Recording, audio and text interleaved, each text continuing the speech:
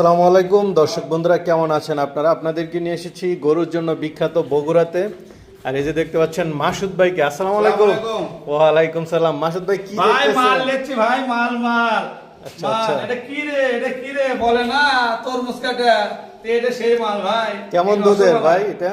এটা আশা করা যায় এবার দুধ বিয়ান, দুধ আসবে 28-30 লিটার। 28-30। কেমন হ্যাঁ। দাম চাবেন ভাই এটা?